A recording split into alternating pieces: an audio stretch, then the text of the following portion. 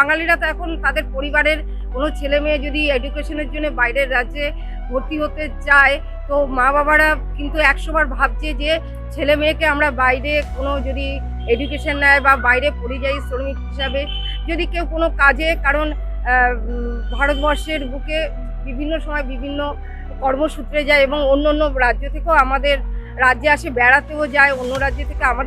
আমাদের রাজ্যে সেফটি আছে, এটা ভারতবর্ষের মানুষ বুঝে গেছে, কিন্তু আমাদের রাজ্যের মানুষ বা বাঙালি বিভিন্ন সময় এসে ভারতবর্ষের বুকে বিভিন্ন জায়গায় তারা স্থায়ীভাবে বসবাস করছে, কিন্তু তারা এখন অনিশ্চিত একটা ভবিষ্যৎ তাদের কাছে, তারা পরিবার পরিজন নিয়ে তারা কিন্তু সংকটে আছে এবং চিন্তিত আছে। বলতে বাংলা যেটা হচ্ছে মাতৃভাষা, যেই ভাষা আমরা ছোটবেলায় জন্মের পর থেকেই শিখেছি যে মাতৃভাষা বাংলা, এবং এই বাংলা ভাষা বলতে না পারা বা বাংলা ভাষার বিরুদ্ধে যারা এই বিজেপি সরকার যেভাবে উঠে পড়ে লেগেছে, ভিন রাজ্য থেকে আসলে পরে গেলে পরে আমাদের যারা আছে তারা কাজে কর্মে যাচ্ছে, তাদের উপরে অত্যাচার করছে বাংলা বলা নিয়ে।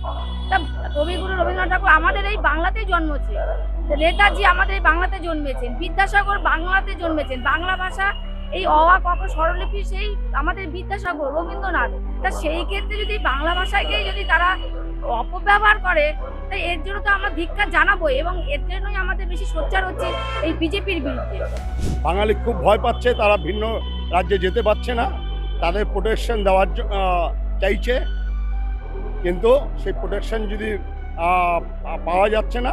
আমরা চাইছি যে প্রোটেকশন দিলে আমরা যে দিন আনা দিন খাওয়া শ্রমিক মেহনতি মানুষ তারা বাইরের দেশে গিয়ে কাজ করতে পারবে।